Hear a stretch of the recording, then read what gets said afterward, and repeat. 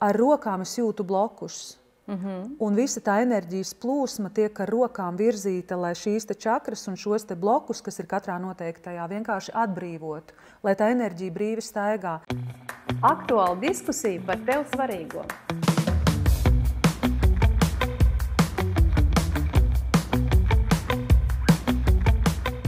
Sveicināts manā podkāstā. Šodien pie manis ir ļoti gaidīts viesis, kuru zina visā Latvijā, un ne tikai Latvijā, Agnese Zeltiņa. Mīļo, Agnese, paldies, ka tu esi atnākusi. Mīļā, paldies par uzaicinājumu. Es no sirds pateicos. Jā, es domāju, ka visiem ir interesanti vienmēr tevi redzēt. Zini, kāpēc? Tāpēc, ka lieliem, spēcīgiem cilvēkiem, kuri atnākuši uz zemi pēc lielas skolas, īstenībā dod tādus pārbaudījumus, makteni spēcīgus. Es domāju, ka tu esi malta cēlusies, kritusi, un viss tas, ko tu esi piedzīvojusi. Tur ir paradīze un elle, spilgti, man liekas. Es varu teikt, ka es arī tur tāpat esmu to visu pieredzējis. Ko tu esi tagad tā sapratusi, atskatoties? Bija taču kaut kāda laiks, kad tu dēļ popularitātes raudāji, mīri, nevarēja saprast, ko darīt ar visu to hate speech un tā tālāk, kas ir apkārt. Ko tu šodien, kā Agnese tā, savā vecumā ar savu pieredzi, atskatoties uz to pieredzēto? Jā. Es nevaru teikt, ka ir iestājies tāds pilnīgs miers, jo miers tā nebūtu kustība, tā nebūtu izaugsme. Es pret visu izturos ar lielāku pieņemšanu, mieru, un tieši vakar es domāju par to, ka jo vairāk cilvēks, kam iziet savā dzīvē cauri, jo pieticīgāks, bet tādā labā nozīmē, pazemīgāks un vienkāršāks viņš kļūst. Viņš vairs to viļņošanos, protams, ka vienkāršības nedomāju par saturu, es domāju par formu, jo vienkāršie lielie izcilie cilvēki ir vesels kaleidoskops, tur ir vesela dzīve iekšā, bet man ir nokritis kaut kāds tas virsslānis, tas liekais, tās putas, jo tā dzīves gudrība, pieņemšana, cilvēku mīlestība, kuru es līdz šai dienai neesmu pazaudējusi, un tā paliek tikai lielāka, nāk tikai caur to, ka tu esi dzīvē izgājis daudzām ellēm cauri. Un kā es saku, ja tu ej pa elli, tad turpini iet. Bet, ja mēs nezinātu elli, mēs nezinātu arī to otru pusi, jo viss iepazīstas salīdzinājumā, vai ne? Tieši tā. Es vienmēr saku, ka ja tu vienmēr gribi būt laimīgs, tad tas nav psihiski vesels cilvēks. Tas nav iespējams. To nevajag pat, tā kā mēs varam tiekties, bet tas tiešām nav līdz galam iespējams. Jo ellēs mēs mācamies. Mēs mācamies, mūsu dvēsele tiek pulēta, tīrīta, skalota, un tikai tad, kad mēs esam piedzīvojuši šīs pieredzes, mēs spējam rezonēt un sajust tās citos, izprast, sajust, novērtēt, un tad mēs kļūstam mazāk tiesājoši, tad mūsu ego arī tiek lausts. Kā tas bija manā gadījumā, es domāju, visi tam iet cauri. Es ļoti labi tagad atsakoju, no kurienes viss nāk, vai no bailēm, vai no mīlestības, jo nav jau citu ceļu, vai ne? Tu tā kā ej arī aktrises ceļu, bet pareizi, tu darbojies gan kā aktrise, gan kā biznesmeni, gan arī rodas par ezotēriku, par tādām lietām. Zini, kā aktrise es esmu pilnīgi sevi nominimalizējusi. Man ir palikusi viena loma, Katrīna I, ko es spēlēju Ziemeļa mūžā jau 3 gadus. Un tas bija tāds manas mammas sirdsdarbs. Viņa uzrakstīja visu sižetu, viņa arī pati tur piedalās, tā kā tāds stāstnieks. Un es to vienkārši gribēju mammas dēļ izdarīt. Tā izrādē ir ļoti labs ceļš skaists, bet par cik tur ir daudz muzikantu, mēs nevaram tik bieži spēlēt, kā gribētu. Bet es tagad piekrītu vasarā vienai avantūrai piedalīties vēl vienā projektā, bet man jāsaka, ka, zini, tas teātra un emociju, šis skatuves adrenalīns man īsti vairs nepiepilda. Man gribās dziļumu, jo tas ir tāds ļoti ātrs dopamīns, tu pats sevi uzrauj augšā un tu dod cilvēkiem, bet tas nenes tādu mieru un piepildījumu sirdī. Un tad es gāju tālāk, es sāku veidot rotas un cilvēki tās nesājot jutās skaisti, un tas ir mazliet kvalitatīvāks dopamīns. Jā, tev arī tagad laikam ir no tavas rotas, Es skatos, vai mikrofonu tā ķēde neskarās klāt? Nē, neskarās. Ne? Okay. Es tagad viņu turēšu pie vietas centrā, tur, kur arī sirdī jābūt. Jā, es ar vienu acī pieskatīšu klausies. Man ļoti interesē Katrīna I un tu spēlējot Katrīnu I. Kaut kādas kvalitātes, varbūt, ko tu sajūti sevi attīstīt? Zini, Anna, Es sev visu laiku teicu, ārprāts. Pie tam bija Covid laiks, tad, kad mēs to sākām iestudēt. Un visas šīs attiecības ar Krieviju un Pēteris I un Katrīna I, tas bija ļoti slidens ledus un ļoti trausla tēma. Un mēs viņu atsākām spēlēt tikai pēc tam, kad beidzās Covid. Es katru reizi sev saku, Agnese, es šo izrādi spēlēju, lai uzvilktu šo te mantiju, lai dabūtu šo te karalienes enerģiju. Jo tā ir, nosaukums ir ķeizariene, ar vidzemnieces atvainojos, ar ķeizarienes kroni, par šo te mazo meiteni, kas Glika, kurš iztulkoja Bībeli, pirmais no vācu uz latviešu valodu, šī te audžu meita, kādai vajadzēja būt kvalitātēm sievietē, lai viņa varētu ieinteresēt šādu te personību kā Pēteris Lielais. Viņš ļoti neviennozīmīgs, vai ne? Bet skatoties visu vēsturu un visu valstu kontekstā, viņš bija viens no lielākajiem. Lielākajām personībām. Var teikt, ko tu paņem no viņas?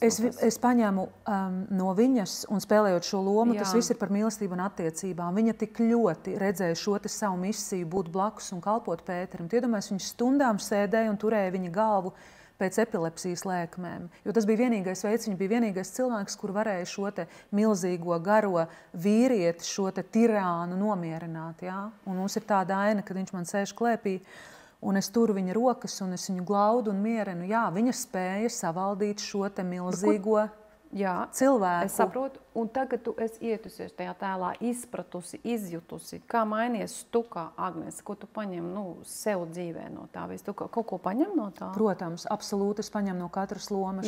Un es arī tāpat atdodu, jo es nevarētu nospēlēt šo te ķeizarieni, ja manī nebūtu šo te sākumu, es nevarētu to izdomāt, ja? Tur jābūt kaut kādam cēlumam, kaut kādam lielam mērogam. Es paņēmu to mieru, nesatricināmību un absolūtu skaidru savas misijas apziņu, ka neskatoties uz to, kas notiek pa labi vai pa kreisi, tu vienkārši ej savu ceļu, jo tu zini, ka tā vajag, un tu to neapspried, tu nediskutē, tu vienkārši ej un dari.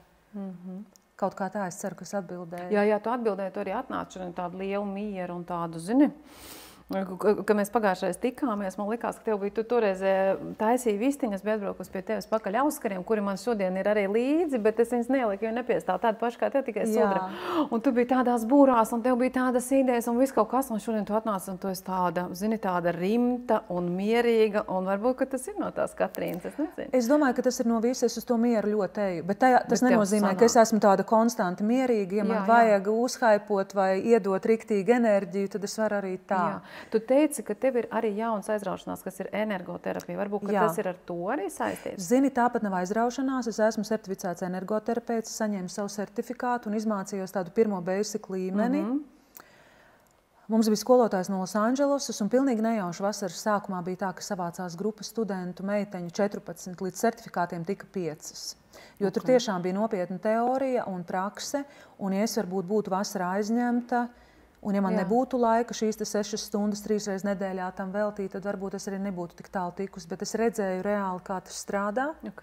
Mēs sākām ar to, ka mēs sākām pildīt elementārus vienkāršus uzdevumus. Mēs kāpām ārā no komforta zonas, jo mūsu biolauku sažņaudz aizsprostot tas, ka mēs baidamies no kritikas, mēs baidamies no tā, ka mūs nepieņems, mēs baidamies, ka mūs aprunās, noheitos, viss, ko tu iepriekš minēji, kas bija mūsu kā ar tevi publiskajās profesijās. Sākumā jau bija, tu vispār neesi gatavs kaut ko tādu, man tas kādreiz ļoti iedragāja. Tagad, tagad, kad es esmu atsākus tādu aktīvāku darbību, un es redzu kaut kādu heita tādu komentāru, godvārds, es viņu vispār neuztveru. Man liekas pat, tā kā citādāk es ieraugu to cilvēku. Bet paskaties uz to no tādas puses, mums skolotājs teica, katrs, kurš tev atlēs savu enerģiju, tevi heitojot un kritizējot, tev vienkārši iedod boostu un iedod enerģiju.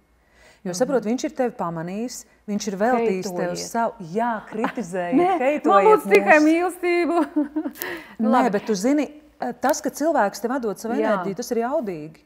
Tas ir ļoti labi, tāpēc paldies.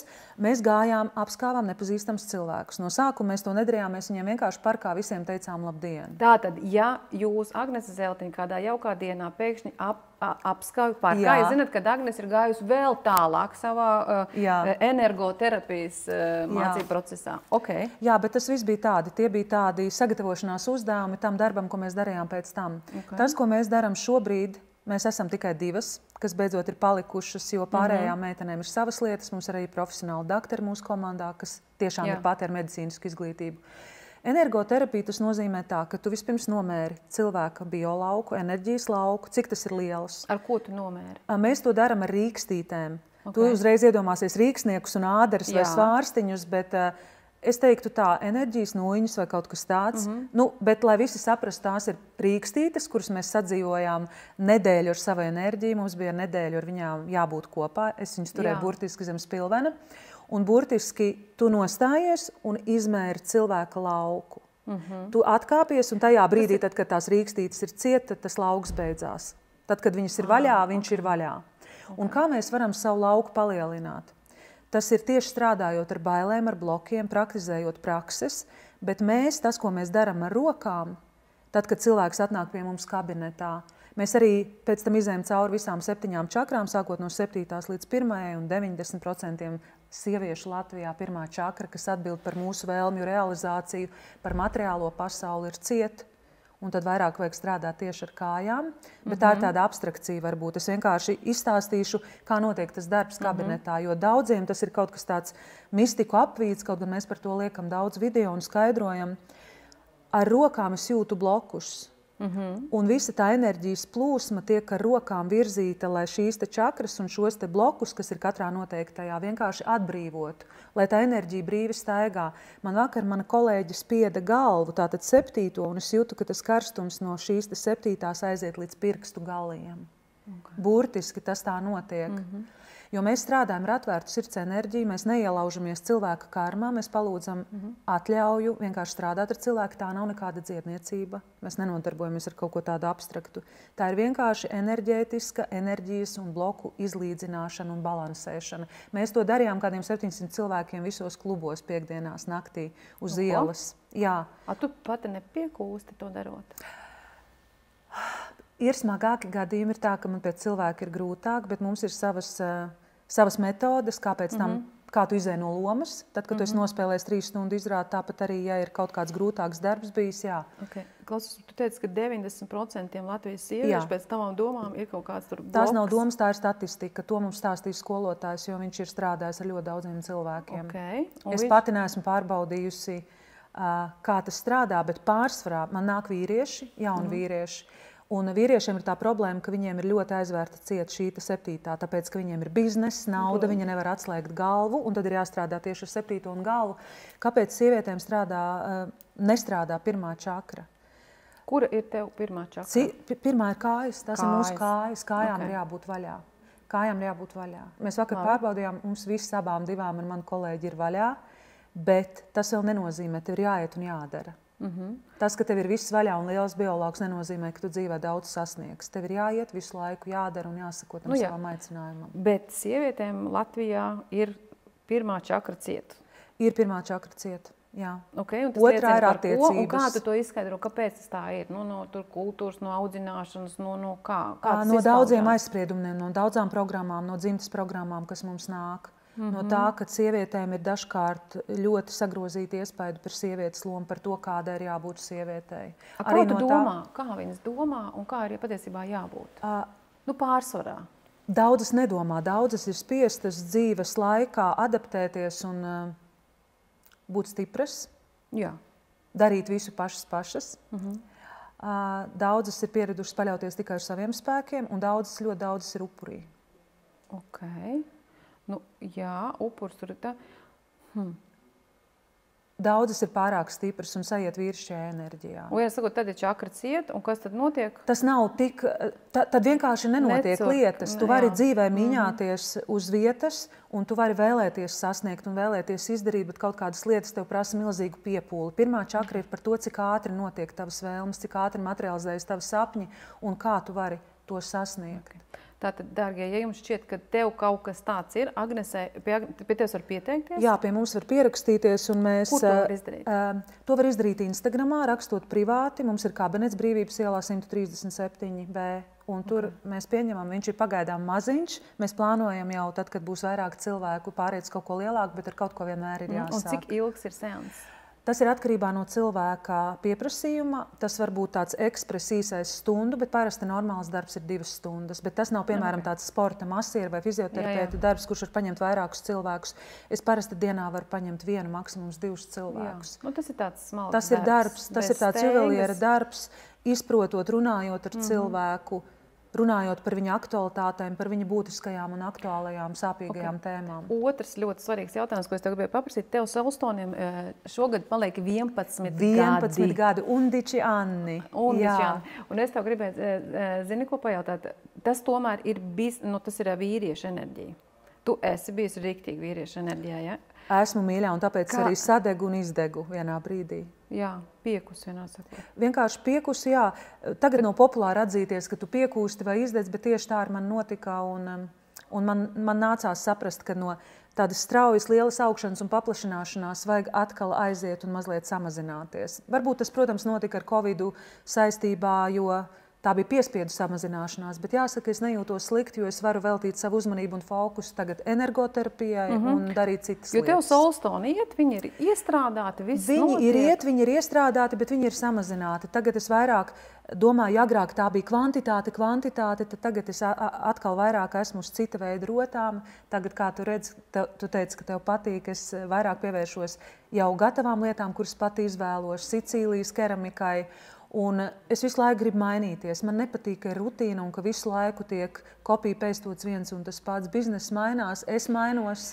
Klausies, man liekas, ka toreiz mūsu privātajā sarunā tu teici, ka tāpēc tev arī aktrises darbs vairs nelikās interesants, jo tur ir katru dienu viena tā pati izrāda, viens un tas pats, un kaut kur tava brīvība, tavs plašums tur ir ierobežots. Plus tas, Anna, ka tev ir ierobežots pārvietošanās spēja ceļot, jo tu esi sasaistīts.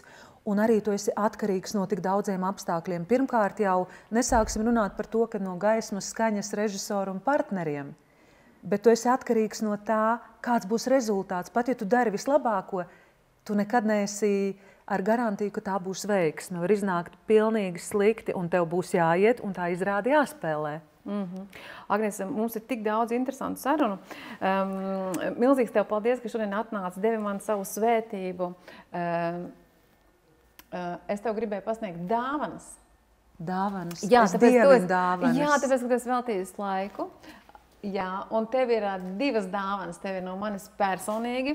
Cik mīļa. Mani moto brāļi ir kopā ar mani vienmēr. Tātad tā ir Party Animal cepurīte ar Loguts Life Director.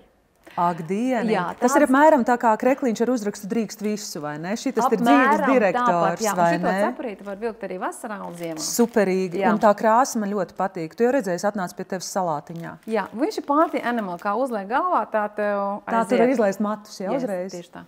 Un no princēla. Paldies! Viss kaut kas mīļš. Un Svami Višvananda te ir mūsu mīļais. Un starp citu nākamajām turpināsim sarunu gan par guru, gan par vīriešiem un sievietēm kā tādiem. Jo es tev redzēju pie guru, pie kā arī esēju. Jā. Ok, mēs beidzam šo sarunu un tiekamies jau nākamajā.